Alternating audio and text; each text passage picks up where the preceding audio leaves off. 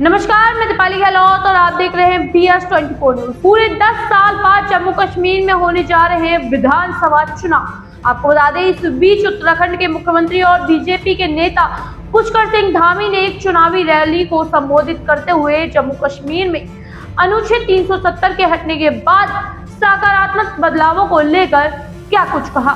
आइए चलिए हम आपको वीडियो के माध्यम से दिखाते हैं। प्रकार का कृत्य कर पाए, ये बदला है जम्मू और कश्मीर। भाइयों बहनों, इस बार का जो चुनाव है वो चुनाव बहुत ऐतिहासिक होने वाला है, क्योंकि आजादी के बाद पहली बार जम्मू और कश्मीर के लोग दो झंडों, दो संविधान के नीचे नहीं, बल्कि शान से हमारे तिरंगे के नीचे और बाबा साहब अंबेडकर जी के संविधान के आधार पर मतदान करेंगे।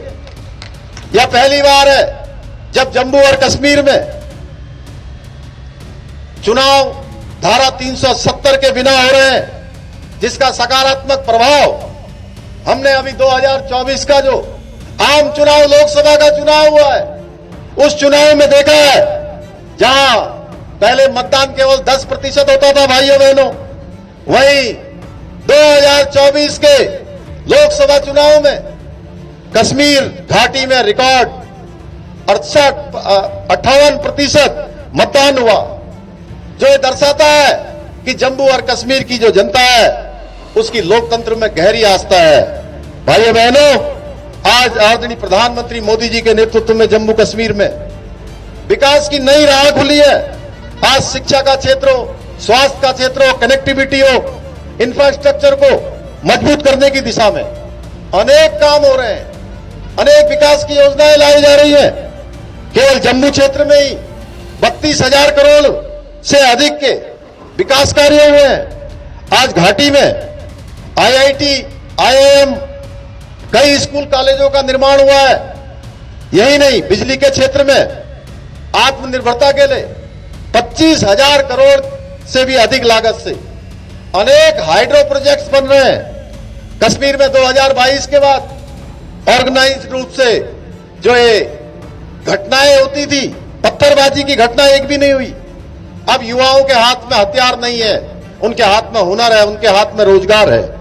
2019 के बाद से अब तक 30,000 से भी ज्यादा युवाओं को रोजगार मिल चुका है।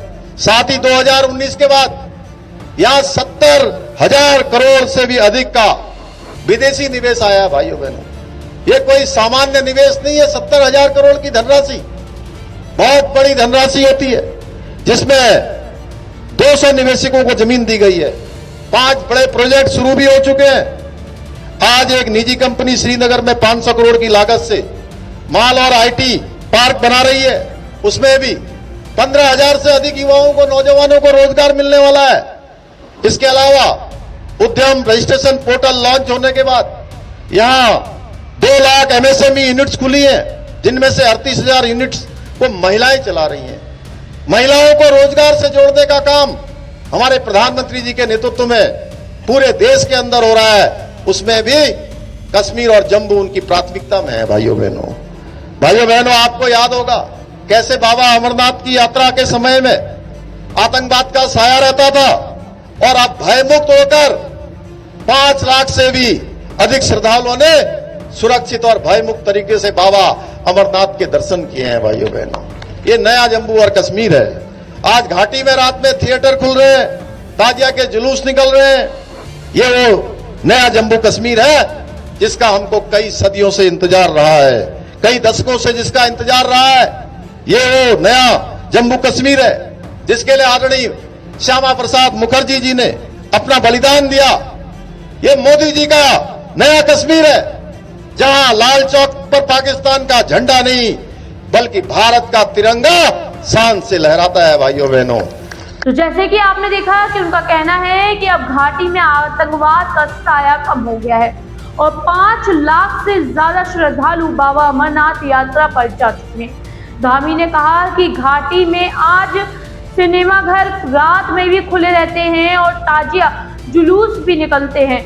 उन्होंने प्रधानमंत्री नरेंद्र मोदी की तारीफ करते हुए कहा कि यह मोदी के नेतृत्व में जम्मू कश्मीर की एक नई तस्वीर है और यहाँ पर लाल चौक में भारतीय तिरंगा भी गर्व से फहराया गया है।